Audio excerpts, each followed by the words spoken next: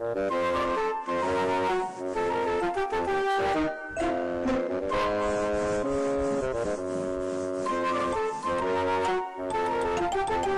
kids. This is Sparky the Fire Dog speaking. You might live in a place like this, or a place like this, or a place like this. Wherever you live, we're going to show you how to escape if a fire ever breaks out.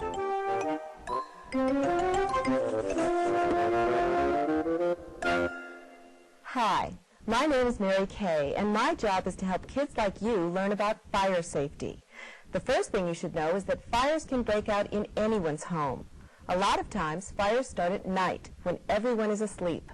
And fires can hurt you. But don't worry, because you can be smarter than fire by knowing what to do in case it happens. I'm going to read 3 stories from a book called Sparky's Greatest Escapes. Do you know what escape means? It means getting away safely. This is a book about kids who know how to get away safely if a fire ever breaks out in their home.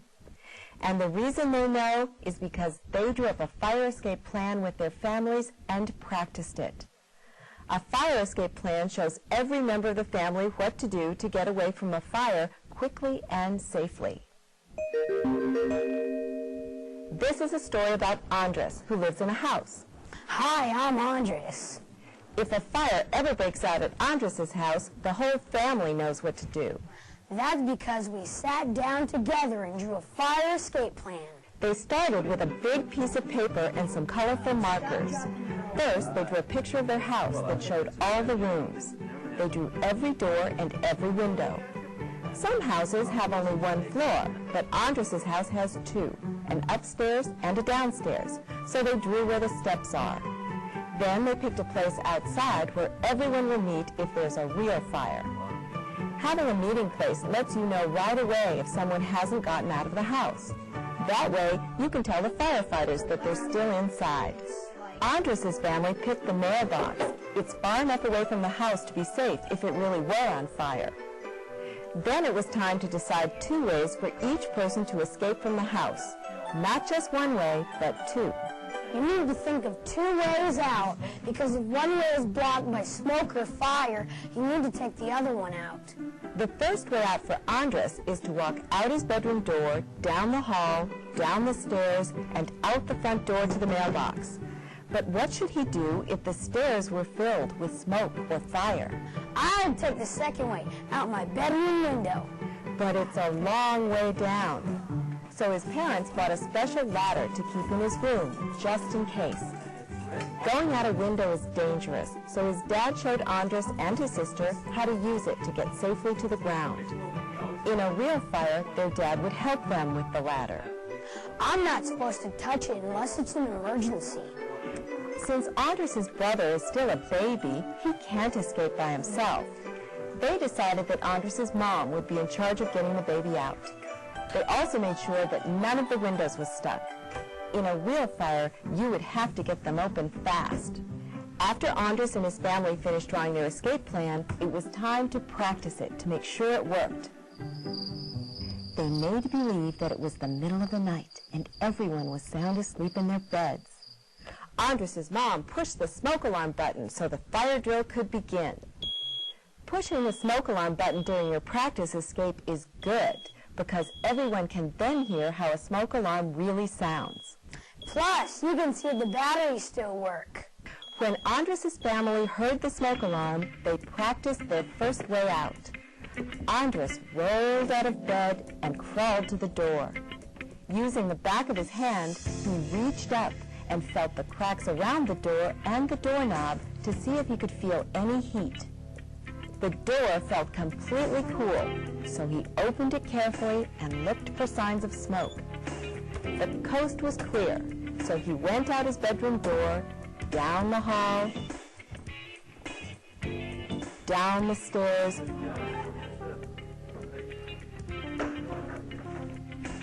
out the front door, and to the meeting place. Everyone met safe and sound by the mailbox. Andres' dad even pretended to call the fire department. The practice was a success. It was easy because we knew exactly what to do. After that, they went back into the house, back to their rooms, and once again pretended it was the middle of the night.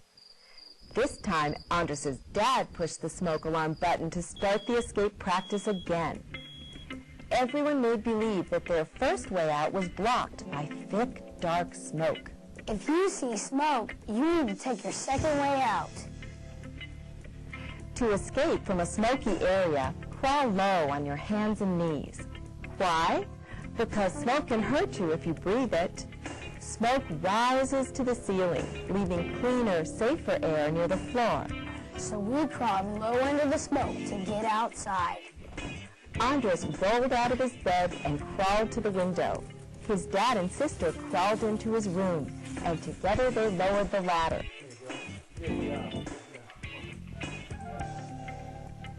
After they had climbed safely to the ground, they met their mom and baby brother at the mailbox meeting place.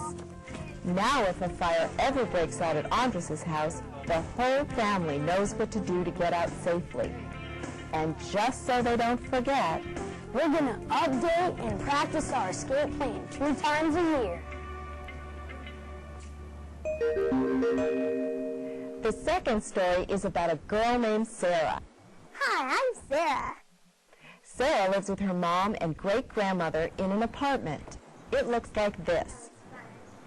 Some of the ways you escape from a fire in an apartment building are the same as escaping from a fire in a house. But some things are different. Sarah's family lives on the 3rd floor. Just like Andres' family, they wanted to know what to do in case of a fire, so they sat down and drew an escape plan. With paper and markers, they drew a picture of their apartment that showed every room, door, and window. Then they picked their meeting place. We're meeting at the lamppost outside. After they picked their meeting place, they came up with 2 ways out for each member of the family. Sarah's grandmother can't see very well, so they decided that if a real fire happened, Sarah's mom would be the one to help her grandmother escape. Sarah's first way was out her bedroom door, through the living room, out the front door, and down the stairs. Her mom would help her grandmother out the bedroom, down the hall, out the front door, down the stairs, and to the lamppost. We're not going to take the elevator because when there's a real fire, it's safer to take the stairs. When the plan was finished, Sarah's mom pushed the smoke alarm button, and they practiced their first way out, exactly as they had decided.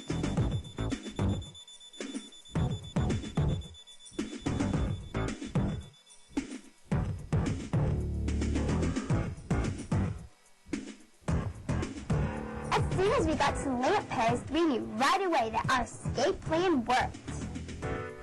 Always try to think of 2 ways out, but sometimes there might be just one way. Sarah's apartment has only one door, and you can't go out windows this high off the ground without help from firefighters. If their first way out is filled with smoke or fire, it might be safer to stay where they are until the fire department arrives. So Sarah's family made believe that the way out was blocked by fire, and then practiced what to do. My mom touched the doorknob with the back of her hand to feel if it was warm. She pretended it was and didn't open the door. Instead, her mom put tape around the cracks of the door so that no smoke could get in.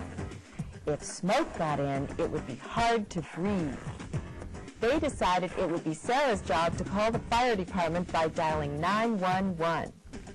They shut open windows so smoke wouldn't be pulled into their apartment. And Sarah and her grandmother came to the window and waved a flashlight and a towel. This is so firefighters could see where they were and rescue them with long ladders. And that's the story of how my family learned the best way to escape from a fire. Our last story is about Claudia. Hi, I'm Claudia. Claudia lives with her mom, dad, and brother in a tall building. We call it a high-rise. Drawing and practicing an escape from a fire in a high-rise is a lot like planning an escape from a house. Like mine. Or an apartment. like mine. But there are some different things, too. Before Claudia's family decided how their escape would work, they looked at a picture of the escape plan that the manager of the building had put on the wall. They also asked the manager to show them where the fire alarms were and how they would sound if they went off. Claudia's parents also made sure that the smoke alarms in their apartment worked. We decided our meeting place would be next to the parking sign. Then they were ready to draw their plan. Just like Sarah's family, Claudia's family planned how to get out of the building safely. And they also planned what to do in case they had to stay inside. Claudia's first way was out her bedroom door, down the hall, out the front door, down the stairs of the high-rise, and out to the sign. A fire could cause the lights to go out, and if that happened, it might be too dark to see. So Claudia's family counted how many doors they would have to pass before they got to the stairs. That way they would be able to find the stairway even if it were too smoky to see. Claudia's second way was out her bedroom door, down the hall, out the front door, and down a different stairway, out the back and around the building to the meeting place at the sign. Then it was time for the whole family to practice our escape. With Claudia leading the way, the whole family practiced the first way out. Claudia made sure the doorknob was cool before everyone followed her.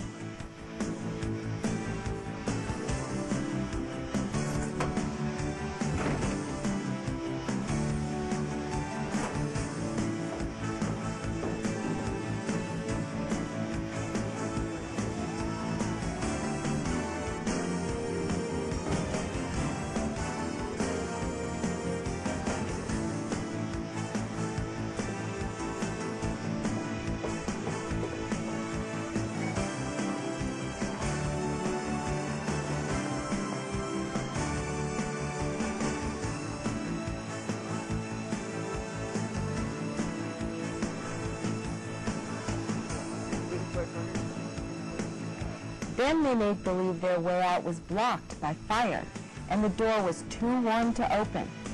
They decided it was safer not to leave, and pretended to call the fire department.